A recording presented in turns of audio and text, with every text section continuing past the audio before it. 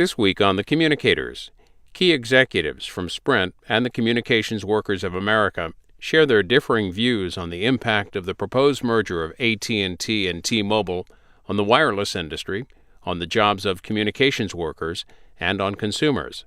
Our guests are Sprint's Vice President for Government Affairs, Vonya McCann, and the President of the Communications Workers of America, Larry Cohen.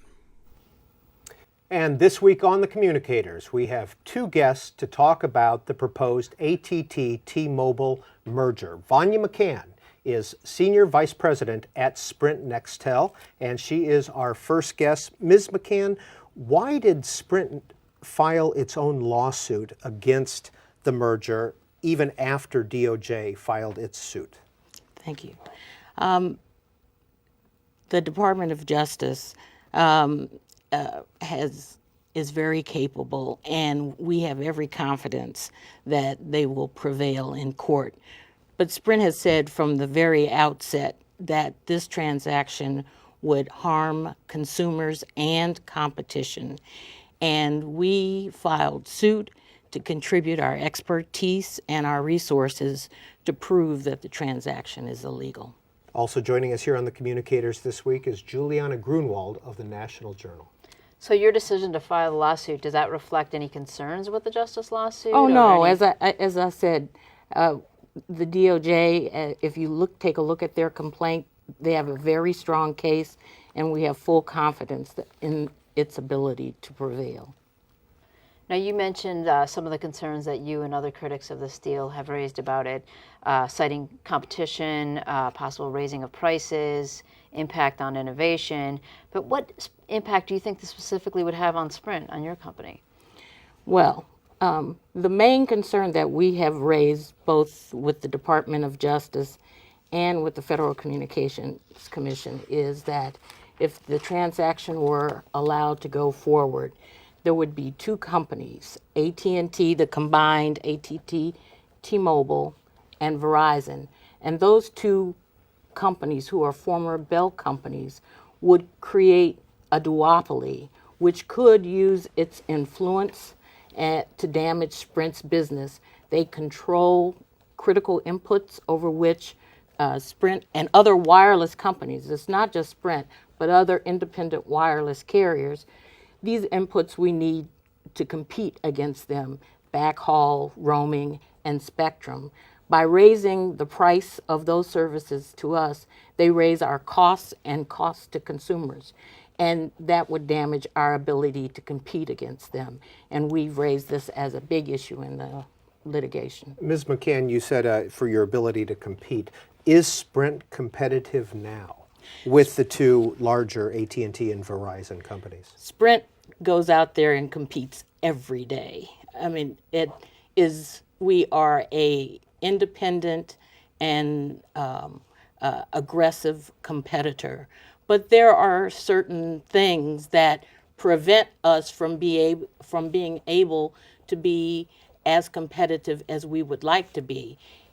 And one of those things is the Bell's, Verizon, and AT&T's control over these critical inputs. They are able to increase those costs even today. So yes, we compete.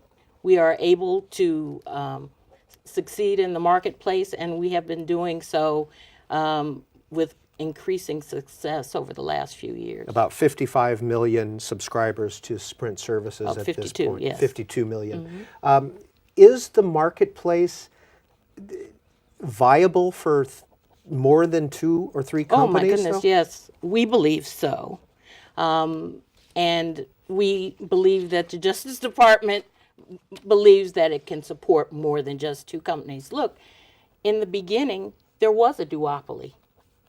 There was when the FCC rolled out wireless services in the beginning, it was a duopoly. And Congress and the FCC concluded that a duopoly did not serve the interests of consumers, that consumers were not getting choice, the innovation pace was slow, and the prices remained high. Only business people could afford cellular services in the beginning.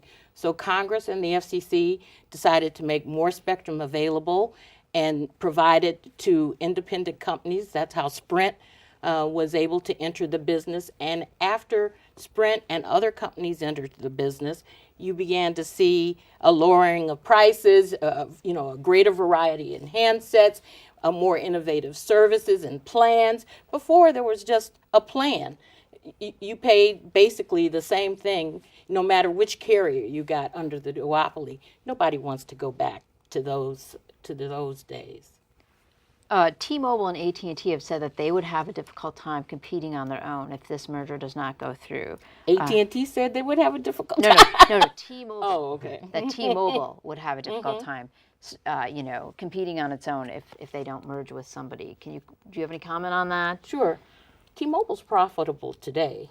If you look at their 10K from 2010, they are enjoying healthy profit margins. I certainly believe that T-Mobile is able to compete. All they've carriers been losing subscribers. Yeah. So do other carriers. It's that's called competition. We're taking competitors from each other, but as Sprint has been able to turn that around, certainly T-Mobile could do the same. Vonya McCann, would Sprint be interested in combining with T-Mobile, the third and the fourth largest mobile carriers? I don't have any comment on that kind of speculative future activity. So, do you think such a merger would have better shot with the government? I mean, in 3 and 4 instead of 2 and 4? I can't tell you what would be in the mind of the regulators. I want to ask you about the study that Sprint commissioned on what you consider to be job loss. Now, one of the reasons Communication Workers of America, who we're going to talk to next, is supportive of the ATT-T-Mobile merger is because they say it will increase jobs, particularly CWA jobs. Sprint says, no, that's not true. It's not just Sprint saying, no, that's not true. Lots of parties that we had a consultant do a study that proved that the underpinning of CWA's claims, which AT&T has picked up and repeated, are totally specious, that the study is completely faulty. And if you look at the history of AT&T and T-Mobile over the last 8 or 9 years, T-Mobile has been creating jobs while AT&T has been eliminating jobs. So the study proves that the basis for the claim is just wrong. And then if you look at past transactions and what each company has been doing over the last 8 or 9 years, you'll see that AT&T has been shedding jobs while T-Mobile has actually been adding them. And if the merger were approved, we would anticipate that AT&T, which controls, would continue its shedding of jobs. Vonya McCann, in the lawsuit that Sprint filed against this merger, one of the issues that you bring up is backhaul costs. What is backhaul and why is that a factor in your view? Okay. Most people don't know that the only part of a wireless call that's actually wireless is from your handset to the tower. Everything from the tower on until pretty much the delivery of a call is carried over wireline facilities.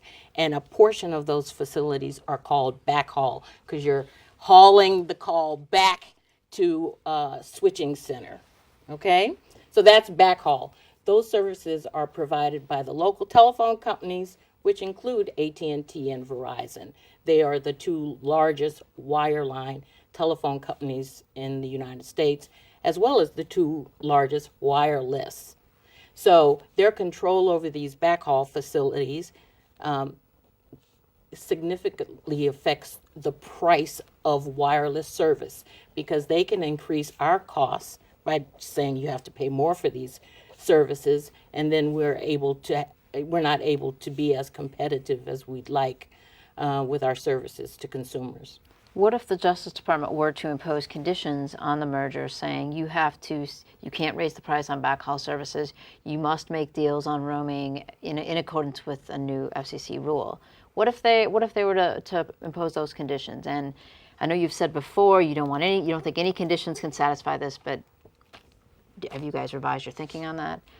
We've not revised our thinking, and more importantly, I don't think the Justice Department has revised its thinking. I think the acting head of the Antitrust Division said recently that the department doesn't file lawsuits to settle. So I don't, we are not looking for any conditions, and if you take justice at its word, and we certainly do, they are not looking to impose any conditions. They're looking to block the transaction as a violation of the antitrust laws. No, can I just make one follow-up? If they were to press forward, if they were to reach a settlement with AT&T on this, would something like a condition, ensuring you have access to backhaul at a reasonable rate, would that lessen the blow for you guys a little bit on this? Would it make it a little more acceptable? In the antitrust world, what you need to do is try to replace the competition that the transaction would eliminate, and just decreasing the price of backhaul for Sprint and other independent wireless companies would not replace the competition that taking T-Mobile out of the market and creating a duopoly. Really, it's the creation of a duopoly, two companies with 80% control of the market. It's that kind of duopoly that's going to harm consumers and harm competition. Vonya McCann received her law degree from UC Berkeley, has worked at the FCC, the NTIA, the State Department, and was a partner with Aaron Fox for a while. Vonya McCann, what do you know about Judge Ellen Hovell, who has this case? The case was assigned to her here in the D.C. District Court. Is that good, bad? She's a very good judge, very smart, very efficient, and we look forward to bringing our case in front of her. And will your case be combined with the Justice Department? We filed our complaint as a related case, and we hope and expect that the two cases will be tried together. Vonya McCann, does Congress have a role if this merger would go through? Could Congress prevent it? Well, the case is in litigation right now in court, and I think most lawmakers believe that once something has, particularly a law enforcement investigation, that's what this is. Justice, the Department of Justice is rightly enforcing our nation's antitrust laws to protect consumers. Most lawmakers believe that once you hit this stage of the process, that it's for the courts to decide and let the judicial process take its course. Would Sprint be okay if 3 major companies existed? AT&T, Verizon, and Sprint? A triopoly instead of a duopoly? Triopoly, is that a new word? We obviously think that a monopoly is the worst. Duopoly is very close to it. I'm not familiar with the term triopoly, but we believe a strong Sprint, a strong number 3 is good for consumers, good for competition, and good for the economy. And finally from me, you also include spectrum in your lawsuit, the issue of spectrum. How does spectrum figure into your lawsuit against the ATT-T-Mobile merger? Well, one of the reasons AT&T said it sought to acquire T-Mobile was because it needed the spectrum to provide improved services to its customers. But we've demonstrated at the FCC, and we think compellingly at the Justice Department, that AT&T already has all the spectrum it needs to provide services to the vast majority of Americans. It does not need to merge with T-Mobile to do that. They're paying $39 billion and sending that offshore out of this country to acquire T-Mobile when their own documents reveal that they could have paid 1/10 of that amount 1/10 of that amount to roll out services on existing spectrum to 97% of the U.S. population. Their own documents prove that they don't need to acquire T-Mobile. And Juliana Grunwald, last question. Well, since the next guest will be Larry Cohen with the CWA, they have been very critical of Sprint. They've launched a new website that's critical of Sprint called Eye on Sprint. They say that Sprint has been hostile to unionization efforts at Sprint. So I just want to get your comment on some of their claims about your labor record. Oh, well, this transaction does not involve Sprint. We're not seeking to acquire another company. Now, our labor record is very good, and I'm very comfortable with it. We respect the law and the right of workers to choose. But CWA is looking out for its own members, as you would expect it to do, and not jobs as a whole. And if you look at the job study shows that the number of workers that could lose their job if this transaction were approved is far greater than any benefit that CWA as a union might receive. Is that job study available on your website? I believe it is, but if it isn't, we'll make it available. And on our website at cspan.org/communicators is the Sprint lawsuit against the ATT-T-Mobile merger. If you want to read that again, cspan.org/communicators. Vonya McCann of Sprint, thank you very much. My pleasure. Thank you. Juliana Grunwald of National Journal, what did you hear from Vonya McCann of Sprint? Well, she and other critics of this merger have said that they've never seen a merger that doesn't result in job losses for workers. So my question for you is, as the head of the of a major of a union, why are you supporting this deal? Well, first of all, as you may have talked about with her, I'm not sure, AT&T committed that all call center work and the level of employment at all the call centers at both companies would continue post-merger. This is a huge commitment. Sprint, for example, contracts out most of its call center work, much of it offshore. Secondly, AT&T said that to the extent there are synergies, for example, in call centers, which is the biggest employment center in wireless, they would cut the offshored work first. They would only cut the offshored work. So between T-Mobile, which has been offshoring, and some AT&T work, which is offshored, that work would go, and then in addition, they would cut enough offshored work to bring 5,000 net jobs back to U.S. call centers, which in this industry is huge. So again, the trend in the unorganized part of the industry, like Sprint, is contract out every job that moves. Sprint has contracted out its engineering work, its plant work. Has very few stores that are company-owned relative to the other companies. So for starters, we have 5,000 net jobs. And for starters, we stopped the contracting out and offshoring of the T-Mobile customer service work. So these are two gigantic things right from the beginning in terms of jobs and this merger. How much does call centers, what proportion of workers? About half. Yeah. About half? Yeah. At both companies are call center workers? Yeah. Okay. Yeah. So, Larry Cohen, how would this merger, though, benefit consumers? Wouldn't competition be lessened? Wouldn't this? So yeah, but number one, this is the FCC job, is you put, and we support this merger with conditions, the CWA's role, to go back to the question, with conditions. So in terms of consumers, number one is the build out to rural America, which the president talked about in the State of the Union, which the FCC had in their broadband plan.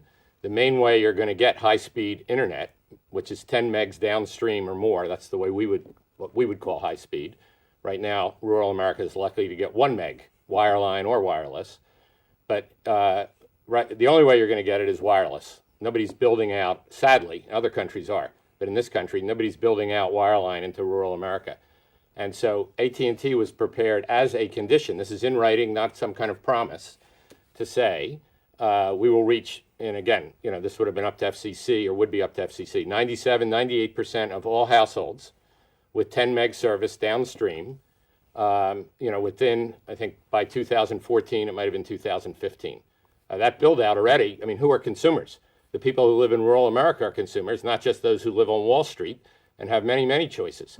And the choices right now, take a state like West Virginia, the broadband maps that we've been doing for years that we talked about here on the Communicators in the past, now the FCC is doing them, so they're even more complete.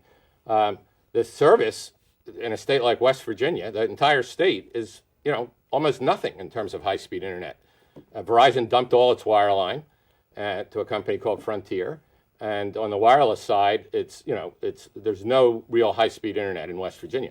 The idea that AT&T would have to make commitments like that as a condition of the merger is absolutely critical for consumers. Now, on price issues, that's the job of the FCC, and they've done it on other mergers, wireless and wireline, where they say, for example, when AT&T on the wireline side merged with Bell South, there was commitments in terms of price and in terms of wireline build out in rural southeast U.S. So this is the FCC part of the deal, is to slap conditions on in terms of what actually happens to consumers, as opposed to the antitrust issues that the Justice Department is focused on. If we could, Larry Cohen, let's go back and clarify again what the promises that AT&T has made to CWA regarding jobs, and are those in writing? I mean, what are the guarantees that you have if this goes through? Yeah, they're not just to CWA, or I would be as cynical as anybody else if they were only to us, although we have lots of faith in what they say. But no, these are written commitments that they've made in writing, that on the call center side, the biggest single place where, in terms of frontline jobs across America, it's the biggest single, these are the big locations in the wireless industry. These could be call centers, like there's a T-Mobile center in rural Maine, Oakland, Maine, with 500 jobs. Those people are fighting for their jobs right now. In fact, the workers themselves were outside yesterday in a press release about jobs being cut there. AT&T is saying no jobs cut in any of the centers, none. And stop the offshoring, and in addition, they will bring back 5,000 by cutting.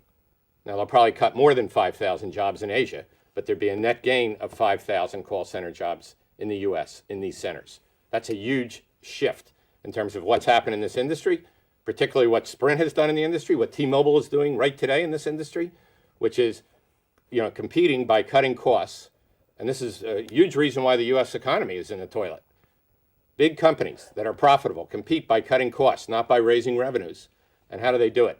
They cut workers, they cut jobs, they cut the pay that people have by contracting out, they eliminate health care, they eliminate pensions, and then we wonder why people don't buy anything. Well, they're not buying anything because they're either not working or they're seeing their standard of living fall, so they're going to buy less. And so that is one of the benefits of this merger from the point of view of working Americans, as well as the build out to rural America. Conditions on mergers usually only last a few years, a couple, 4 or 5. What would you expect as far as these conditions, these written assurances? I mean, how long have they said they won't offshore call center work? Yeah, I think that's key, and one of the keys in general that you just hit on from my point of view is that we need to, do check-ins on mergers, not just this one, but all mergers. What has happened with the commitments? So, in the communication sector, what's happened in Puerto Rico since the Puerto Rican telephone company was sold to Carlos Slim? He made a lot of commitments. Was the build out done or not? What's happened since Verizon spun off spun off their wireline in Vermont and New Hampshire and Maine to Fairpoint, and they went bankrupt? What's happened with the commitments that were made? You're absolutely right. There need to be check-ins. They should be done regularly, and whether it's the FCC or a different agency, depends on what kind of merger it is. I couldn't agree more. There need to be check-ins. Otherwise, what's the point of doing regulation? But how long do you want these conditions to be enforced for? I mean, have they said we'll do if 5 years, I was 10 the years? FCC, I would be talking to them about, how is the customer service work going to be done, and in terms of jobs, and get those commitments, in terms of the percentage of the work, on an ongoing basis. We don't have an ability as CWA, to do that in this case. Or similarly on the broadband build out and on price.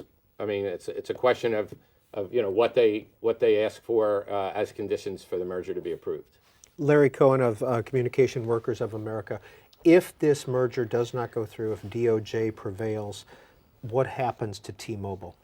Yeah, well, that's really a critical question. So first of all, I'm not sure if Vonda discussed this or not, but Sprint was in the process of their own deal with T-Mobile. So again, nothing against Dan Hesse. I knew him when he was at Embark, great guy. But a piece of this is sort of a jilted suitor. And the AT&T deal, because it was priced higher, because the synergies are much greater. They're both GSM, same technology. Sprint has 4 other incompatible technologies that they're trying to deal with now. This would be the 5th one. So the AT&T deal was a better deal, and it interrupted that deal. The way the Justice Department has written, or in their press releases, whatever, they've talked about keeping 4 companies. That is not going to happen. And I think everybody knows it, that T-Mobile, as it exists, the chairman, in a congressional hearing, the chairman of Deutsche Telekom, who owns 100% of the company, said, we don't have the next $10 billion for 4th generation build out for LTE. We don't have it. We're not going to do it. We're a multinational company based in Germany. Our first priority is to repatriate the capital and do fiber build out in Germany. And T-Mobile is 31% owned by the German government, by far the largest owner. And so, as it should be, that's where their priorities are. Here we have a chance to bring back spectrum to a U.S. owner. And again, in our view, the Justice Department has taken an incredibly narrow view. This is not a static industry. The value of it goes to zero if you don't go to the next technology. So imagine, for example, now if there was no data service. Yeah, sure, there are some customers that'll prepay just for voice, but it's the same thing. If you don't go to 4G and have genuine high-speed wireless, where people can download big chunks of data relatively quickly, you may as well not have a company. And so they can't mandate that kind of investment from Deutsche Telekom. That's the contradiction in this. The other piece of that would be that when Deutsche Telekom bought VoiceStream, which is 10 years ago, there's a big green light up in the U.S., invest here. Well, how do you put a green light up to invest here and then say you can't sell? And that's essentially what they're doing. Because if the goal is to keep 4 companies, that means the Sprint deal would be dead as well. And so what is Deutsche Telekom supposed to do when they don't want to invest the next $10 billion here? Big problem. By the way, the Communication Workers of America has written quite a bit on their website about this proposed merger and their support of it. You can find that at cwa-union.org. Juliana Grunwald, next question. On the day that the Justice Department filed its lawsuit aimed at trying to block the deal, which was ironically the same day that AT&T announced it was the 5,000 jobs commitment, you guys said the lawsuit was simply wrong. Can you explain what Justice got wrong in their lawsuit? Yeah, well, I mean, some of the key points are the ones you've already raised, but it's the difference of a dynamic versus a static industry. In addition to what we talked about in terms of 4G being the norm, you have the over-the-top services, as we would call them. In other words, Microsoft spent $8 billion and bought Skype. And so Skype interrupts, essentially, the service provider, any of these 4, and there's hundreds of local service providers, which they also skipped over, and grab the foreign traffic. And that's, in fact, what almost everybody I know does. You're not going to pay to make a call outside the country. People, they download the Skype app, which is now owned by Microsoft, and they use that. Google, Apple, Microsoft, tons of over-the-top services, so that it's a major factor in this industry. Companies like LightSquared and Clearwire that Sprint controls, in fact, along with the cable companies. And we talk about Sprint, we're really talking about a very complicated company at this point in terms of its ownership and how it interlocks with both Clearwire and LightSquared. But in any case, building out WiMAX, which is wide area Wi-Fi, right? So it's just like the Wi-Fi in somebody's house, except instead of being good for 300 feet, it's good for, a quarter of a mile, not as much as a cell tower, but something like that. And these technologies are coming as well. So that's number one. They defined the industry as if it was voice, and the industry is not voice. The industry going forward is almost all data, and even voice is data, as we know here. So they got the industry wrong. That's the first problem.